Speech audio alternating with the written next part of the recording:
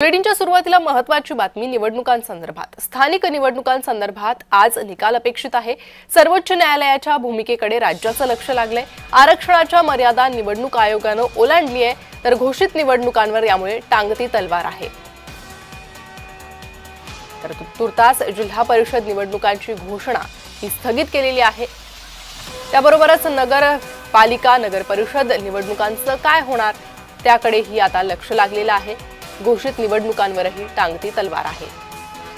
स्थानिक निवडणुकांसंदर्भात आज निकाल अपेक्षित आहे। कुठे किती आरक्षण त्यावर नजर टाकूया। नंदुरबारमध्ये 100%, पालघरमध्ये 93%, गडचिरोलीत 78%, नाशिकमध्ये 71%, धुळ्यात 73%, अमरावतीत 66%, चंद्रपुरात 63%, यवतमाळमध्ये 59%, अकोल्यात 58%, नागपुरात 57%, ठाण्यात 57%, गोंदियात 57%, वाशिममध्ये 56%, नांदेडमध्ये 56%,